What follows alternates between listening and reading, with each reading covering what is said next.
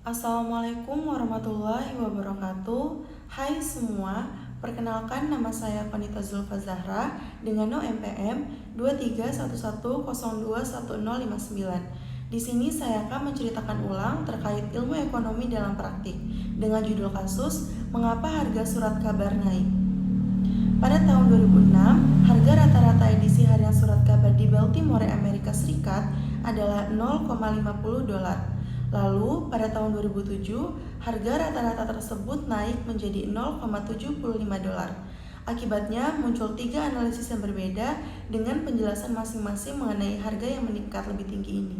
Analisis pertama mengatakan bahwa harga surat kabar di Baltimore yang lebih tinggi adalah berita baik, karena artinya masyarakat lebih terinformasi mengenai masalah publik.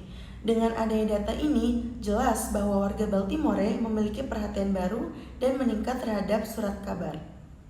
Lalu, analisis kedua mengatakan bahwa dengan naiknya harga surat kabar Baltimore yang lebih tinggi ini adalah berita buruk bagi warga Baltimore. Kenapa? Karena semakin tingginya biaya kertas, tinta, dan distribusi yang tercermin dalam harga surat kabar yang lebih tinggi ini akan semakin mengurangi kesadaran masyarakat akan masalah-masalah publik. Lalu, analisis ketiga atau yang terakhir mengatakan bahwa harga surat kabar Baltimore yang lebih tinggi adalah dampak dari surat kabar yang berusaha menghasilkan uang.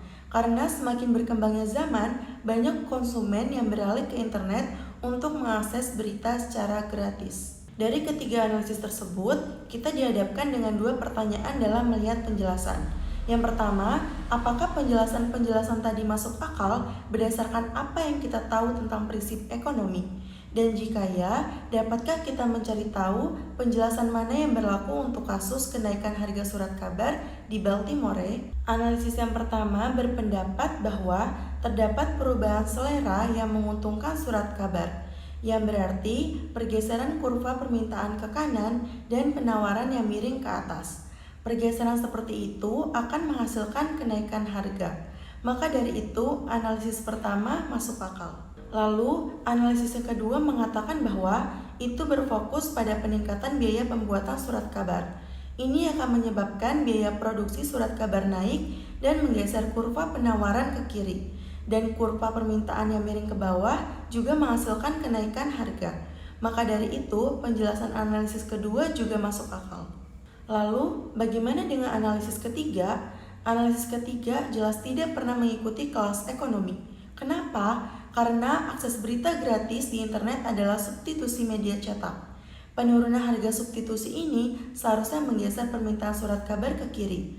Maka seharusnya hasilnya adalah harga yang lebih rendah, bukan malah kenaikan harga. Fakta bahwa penerbit surat kabar berusaha menghasilkan uang dan dihadapkan dengan persaingan baru ini tidak merubah hukum penawaran dan permintaan. Maka dari itu, analisis ketiga tidak masuk akal. Maka dari itu, kesimpulannya, analisis pertama dan kedua itu kemungkinan besar benar dan masuk akal. Sementara analisis ketiga itu tidak masuk akal. Sekian penjelasan singkat dari saya. Apabila ada salah kata, saya mohon maaf. Saya akhiri. Wassalamualaikum warahmatullahi wabarakatuh. Terima kasih sudah menonton.